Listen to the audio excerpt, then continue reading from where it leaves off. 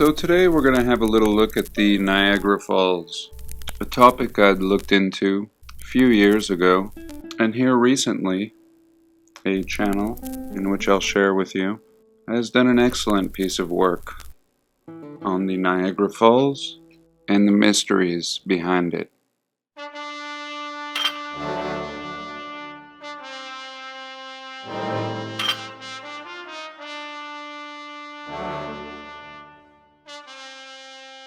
Initially, I'm going to open up with a video that was from an old channel called the Mudflood channel.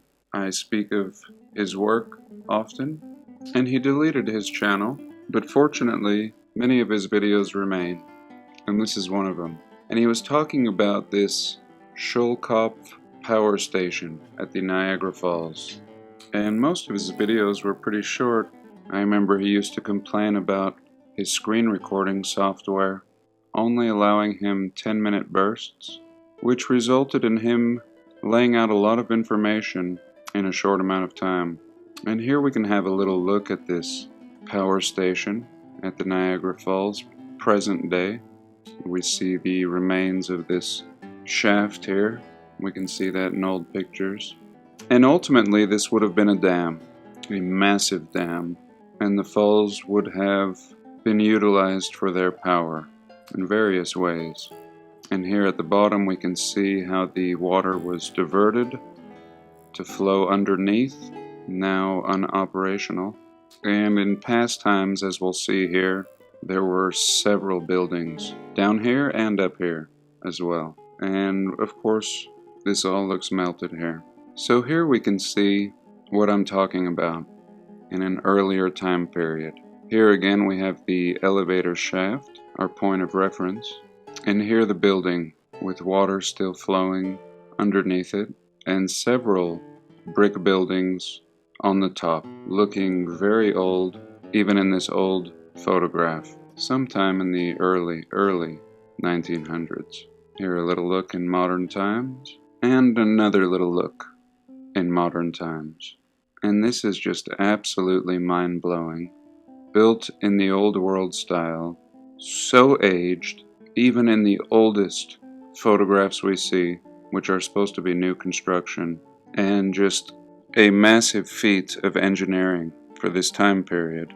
Originally conceived as early as 1833, and by 1853 they would have the canals in place used for generating electricity, and by 1881, under the leadership of Jacob Shoalkopf, the first power generating station was built. 1881.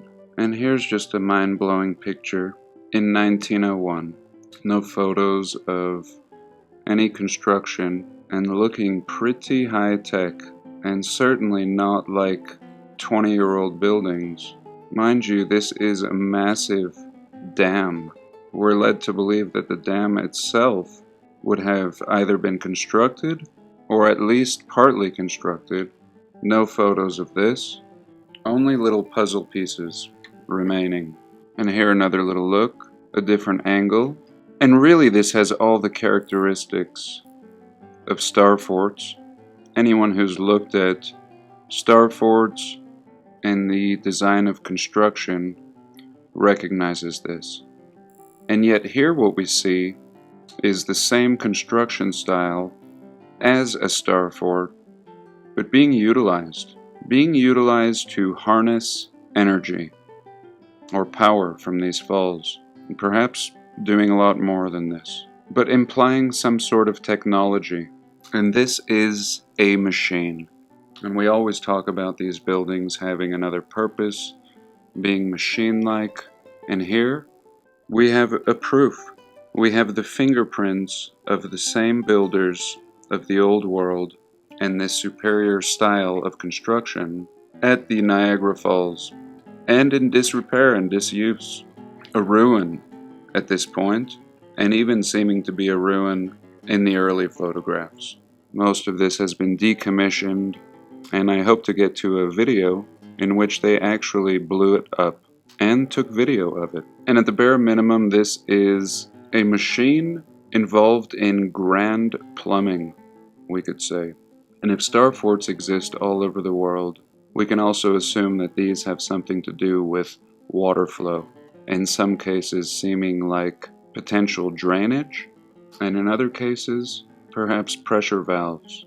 And this video, by the old Mudflood channel, takes it in many directions. Even Nikola Tesla, who was said to have created much of these works at Niagara Falls in the early time period, may have been a fake, and perhaps he never existed at all and was just an actor playing the part of the narrative, or he really was who he claimed to be, and at best reverse engineered all these machines and technologies and antiquitech from the old world and was given the credit. And in fact, this channel points out, with the thousands of patents that Nikola Tesla had, he would have had to have invented one invention every 2 months.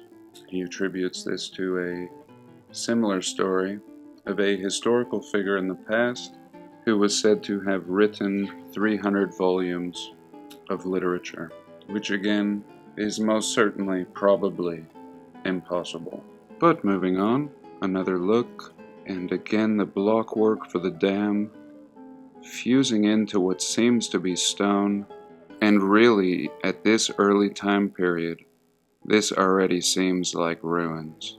And what kind of structures, and most likely castle-like structures, existed prior to these photos. And here again, the absolute intricacy with this building, similar to star forts, which are often built out into the water. Who in their right mind would attempt to build something out in the water in a very, very early time period? Talk about complicating things, when you could just at least build on the shore. But no, we see these artificial islands scattered all throughout our realm. Even our Statue of Liberty, resting on an artificial island, on a star fort, and finally an old Tartarian pedestal. And here another look at one of these buildings. This one dated 1905, so they say, and in complete ruins. This could have been anything at all. And in 1905, according to the narrative, a power plant that would soon be in disuse. And of course lately, everything tying back into tunnels. Here what looks like a little orb. And these tunnels are absolutely fascinating. We'll get into a nice look at one of these tunnels, and what we can see is absolute solid brick tunnels. Completely mind-blowing. And this is not the picture. I'll show you that in a minute. And we see 100% brick with a facade, a concrete facade over the top. And yet when we exit this tunnel and we look at the walls of the dam, we don't see brick. We see what looks like blockwork, what seems like natural stone, and this actually lending to the melted brick idea, or what an exposed brick may look like after being assaulted by some external superplasma heated event. Heated to such a high temperature, the red cooks out of it, and the bricks actually swell like a Rice Krispie, resembling stone. And if this assault keeps going, resembling mountain. And a very gracious video creator, he even shares with us a tour that's available behind the falls to present day. Looks like it's about $500. And here's another puzzle piece. This is often referred to as a photo, and we could compare that to this. And here we can see that square building with what looks like a little barn type top, and the falls below it, and the elevator. And in earlier times, if it wasn't an elevator, at the very least, a stairwell. We can see a lot of windows and doors on the sides that have been blocked off.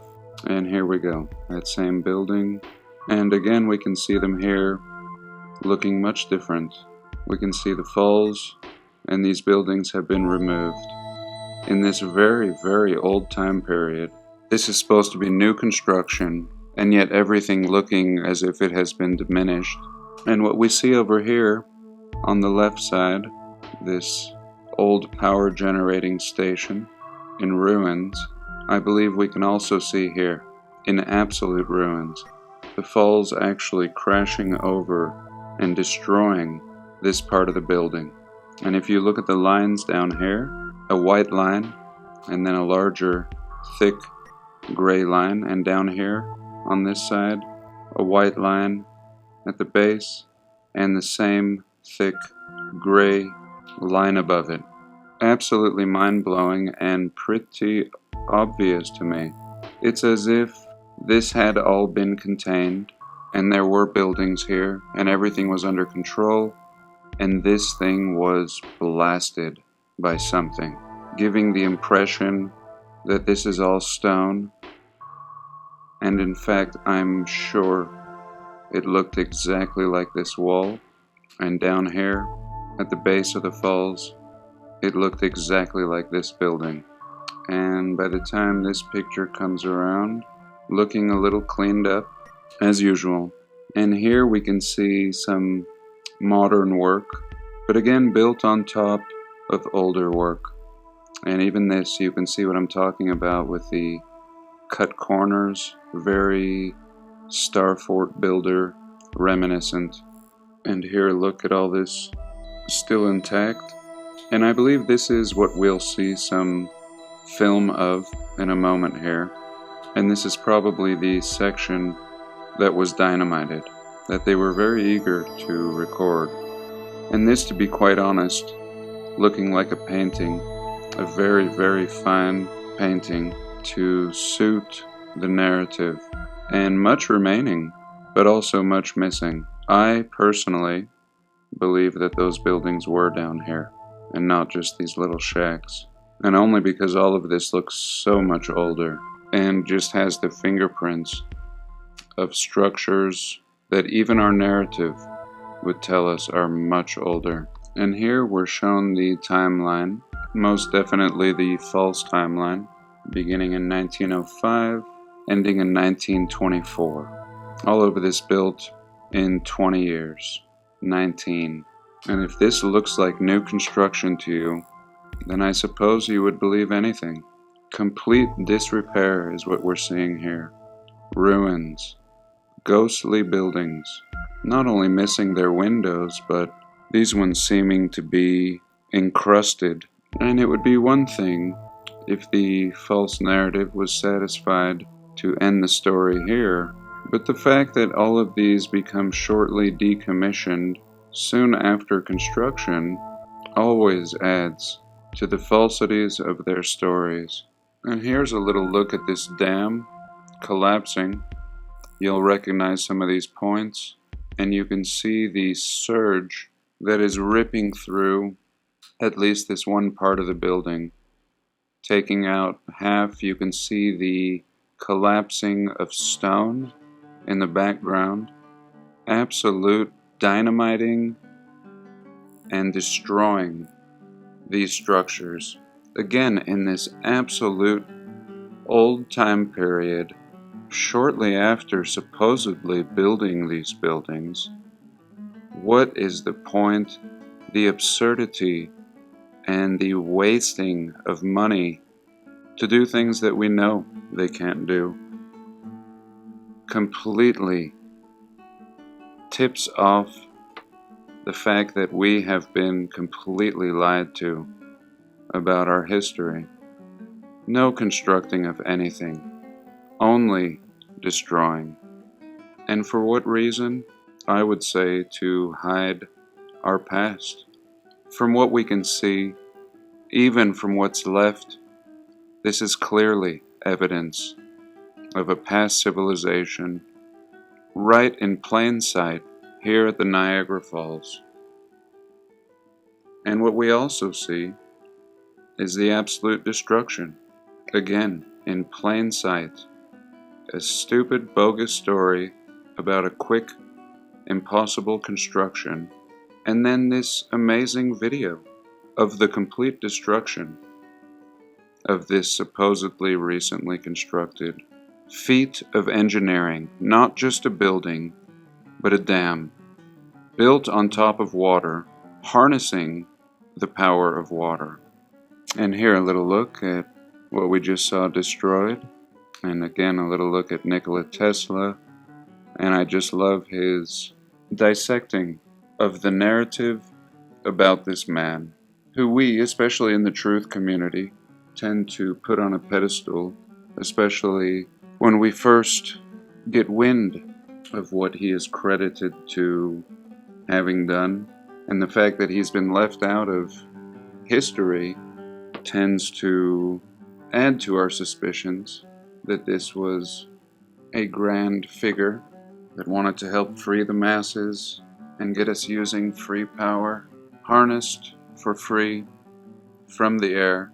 And yet really, when we question this man's story, just like we question any story in our narrative, it really does begin to fall apart, and at best I think he may have reverse engineered working for big financiers, eventually discovering free power and reverse engineering all the devices we call Antiquitech, but finding no financial backing for such works. And perhaps a man could invent something every 2 months, filing for a patent if he were just reverse engineering the past. And similar to this man, whom a whole financial crash was blamed on, is not too dissimilar from the Tesla story, where all these thousands of mind-blowing patents, pretty much coming out of nowhere, are given credit to a man, a single man. And I agree, seeming pretty ridiculous. And as always, I'll leave a link to this video.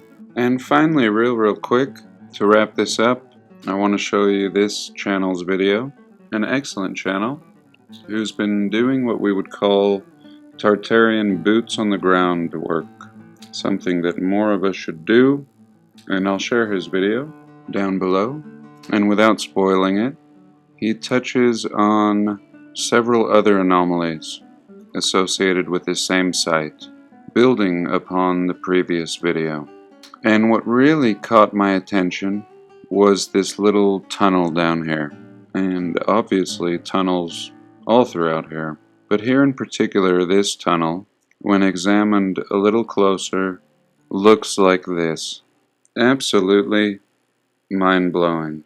And what can we say about this?